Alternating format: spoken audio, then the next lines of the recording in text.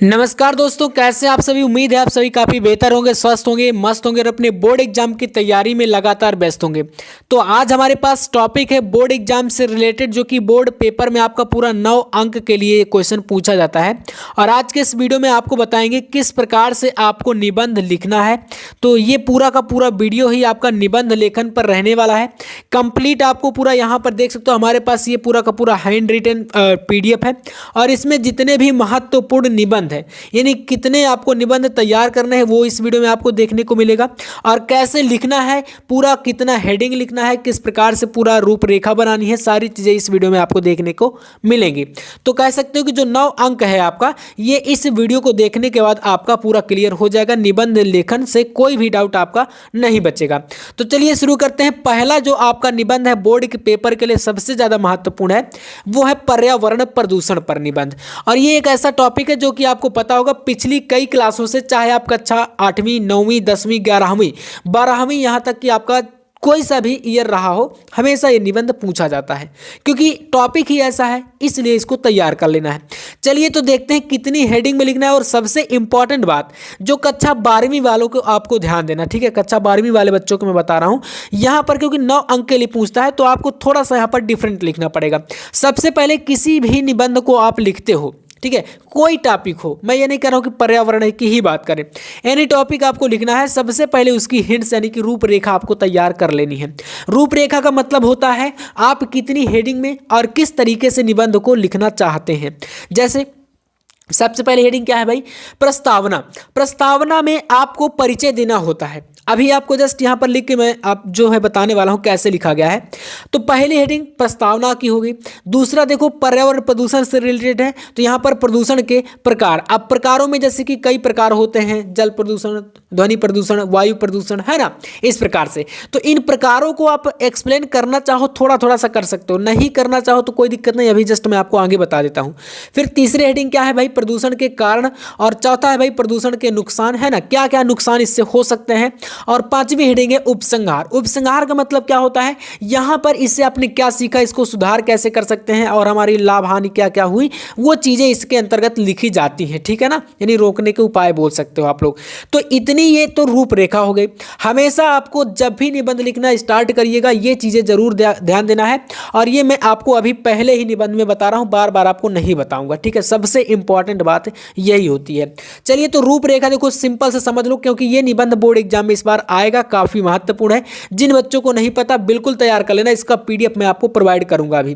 तो देखो इसका प्रस्तावना यहां पर लिखा गया है इस तरीके से, जब वातावरण में कुछ हानिकारक तत्व आ जाते हैं तो वातावरण दूषित हो जाता है और जिससे जीवधारियों का जीवन संकट में पड़ जाता है, और इस समस्या को पर्यावरण प्रदूषण कहते हैं। सिंपल सा हर बच्चे को पता होगा कि प्रदूषण मतलब होता है कि वातावरण का दूषित हो जाना, है ना, कोई हानिकारक तत्व आ जाता है। जनसंख्या वृद्धि के कारण पर्यावरण प्रदूषण की समस्या दिन प्रतिदिन बढ़ती जा रही है। दिन प्रतिदिन वैज्ञानिक प्रगति की वजह से भी यह बढ़ रहा है, क्योंकि वैज्ञानिक यंत्र एवं रसायन ज्यादातर पर्यावरण को दूषित करता है। सिंपल सा सबसे हट करके लिखा गया है, आप इस प्रकार से इसकी प्रस्तावना दे सकते हो। प्रदूषण के प्रकारों में मैंने बताया कि जैसे कि वायु प्रदूषण, ध्वनि प्रदूषण, जल प्रदूषण, ये आपको 3 प्रकार हैं। अब इन तीनों का अगर एक्सप्लेन भी करना चाहो तो आप कर सकते हो। जैसे पहले नंबर में देखो यहाँ पर वायु प्रदूषण के बारे में बताया है। क्या होता है वायु प्रदूषण, ध्यान से देखना।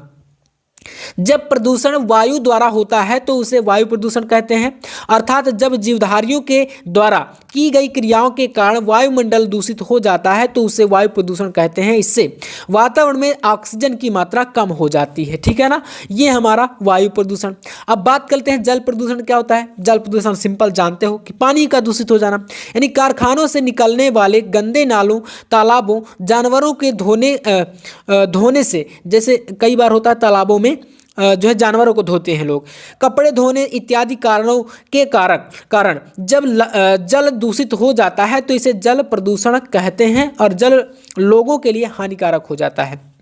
वायु प्रदूषण में क्या होगा, हवा दूषित होगी, जैसे मोटर, कार, जेट, विमान, लाउड स्पीकर, मशीनों की तीव्र ध्वनि, है ना। इस प्रकार से क्या होता है, कुछ जो है ध्वनि निकलती है, जिससे कि क्या होता है, ध्वनि प्रदूषण होता है। इस तरीके से आप इसको बता सकते हो। प्रदूषण के प्रकार आपने देख लिया यहाँ पर, इस प्रकार से आप यहाँ पर देख सकते हो। इसके बाद ये पूरा का पूरा हेडिंग है, इसको रोक करके आप वीडियो को पढ़ सकते हो, ठीक है। यहाँ से देखोगे प्रदूषण से नुकसान।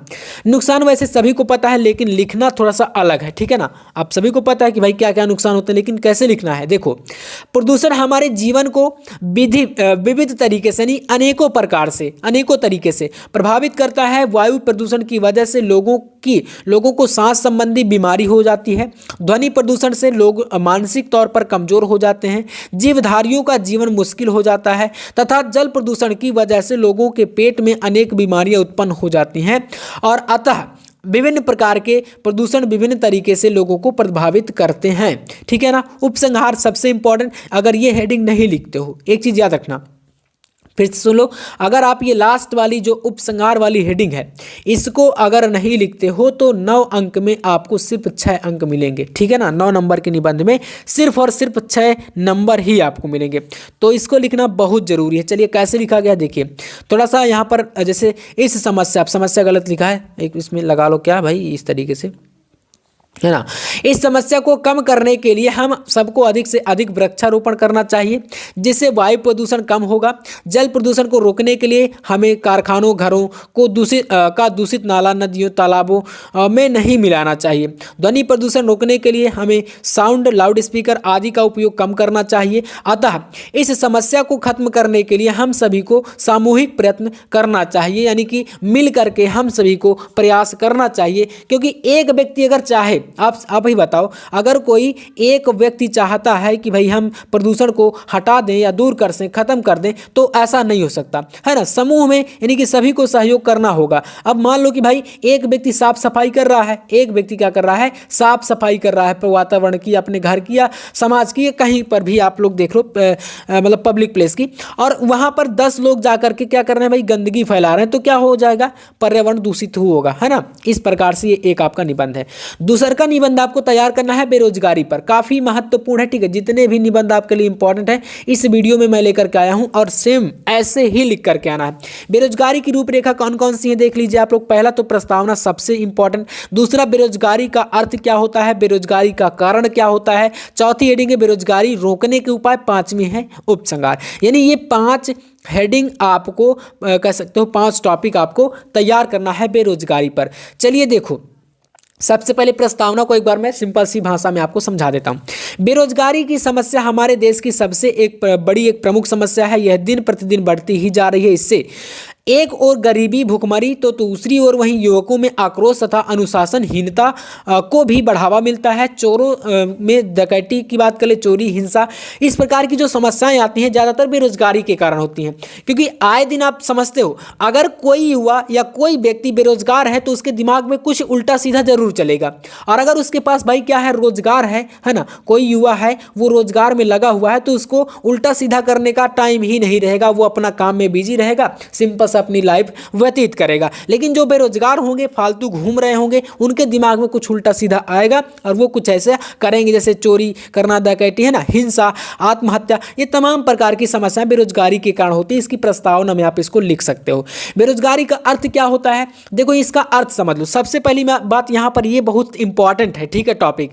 बेरोजगारी का अर्थ देखो, जब कोई योग्य तथा काम करने के लिए इच्छुक व्यक्ति प्रचलित मजदूरी पर काम करने के लिए तैयार हो जाता है, परंतु उसे काम ना मिले, तो ऐसी अवस्था को बेरोजगारी कहते हैं। अब इसको हम बेरोजगारी नहीं कहेंगे कि कोई व्यक्ति अनपढ़ है और उसको जाकर के मतलब कोई सरकारी ऑफिस में काम मिले, है ना, वो बेरोजगारी नहीं है। उसके योग्य काम मिल जाए, या बोले तो उसके योग्य काम ना मिले, ठीक है ना, मतलब कि कोई उस काम को कर सकता है लेकिन फिर भी इसके लिए काम अवेलेबल नहीं है, तो वो हम लोग कह सकते हैं कि वो बेरोजगार है, ठीक है ना। अब बालक हो गया, वृद्ध हो गया, अक्षम एवं अपंग हो गया, ऐसे व्यक्तियों को बेरोजगारी की श्रेणी में नहीं रखा गया, है ना। कि भाई कोई बूढ़ा व्यक्ति है और वो घर में बैठा है तो बोल दो कि यार ये बेरोजगार है, ऐसा नहीं है। बूढ़ा व्यक्ति क्योंकि काम नहीं कर सकता इसलिए वो बेरोजगार नहीं है, ठीक है ना। तो अवस्था के हिसाब से। ये इसके अर्थ हैं बेरोजगारी के कारण क्या क्या हो सकते हैं। तो सबसे बड़ा कारण है जनसंख्या की वृद्धि, यानी कि जो है जनसंख्या वृद्धि के कारण लोगों को काम नहीं मिल पाता। शिक्षा हो गया वृद्धि, है ना, शिक्षा मतलब ज़्यादातर शिक्षित नहीं है लोग, और इस प्रकार से अपने मतलब सभी जो है सरकारी नौकरी के पीछे भाग रहे हैं, ये भी एक बड़ा कारण है। बेरोजगारी को रोकने के कुछ उपाय हैं, जैसे यहाँ पर आप लोग इसमें देख सकते हो। बेरोजगारी को दूर करने के लिए निम्न तरीके को अपनाना चाहिए। सबसे पहले जनसंख्या वृद्धि पर नियंत्रण हो गया, परिवार नियोजन को विस्तारित करना हो गया, शिक्षा को विकसित करना हो गया, कुटीर उद्योगों का विकास करना, देश में व्यापक स्तर पर औद्योगिकीकरण करना। ठीक है, उपसंहार में देख लीजिए, बेरोजगारी को दूर करने के लिए हमें एकजुट होकर के प्रयास करना चाहिए एवं कम दरों पर काम नहीं करना चाहिए। हमें स्वयं छोटा धंधा करके लोगों को रोजगार देना चाहिए। बहुत ही जरूरत पड़ने पर मशीनों का उपयोग करना चाहिए। ज़्यादा लोगों को मजदूरी पर लगाना चाहिए। मतलब देखो क्या होता है आज के टाइम पर, सिंपल समझ लो क्या होता है कि जैसे कि कोई काम है, अब जैसे कि एक काम को कोई एक काम है और उसको 10 लोग मिल करके करते हैं, ठीक है ना। अब आज के टाइम पर क्या है, आज के टाइम पर ऐसी क्या आ चुकी है भैया, मशीन आ चुकी हैं। मशीनें ऐसी आ चुकी हैं कि 10 लोगों का काम भाई अकेले एक मशीन ही कर देती है। तो ये जो 10 लोग थे ये क्या हो गए भाई, बेरोजगार हो गए। तो ये भी एक बड़ा कारण है। और वही चीज़ यहाँ पर बताई गई है कि ज़्यादातर लोगों से ही काम करवाना चाहिए, जिससे कि भाई रोजगार लोगों को मिलता रहे। और मशीनों ने ज़्यादातर आज के टाइम पर लोगों का रोजगार ही छीना है, ठीक है।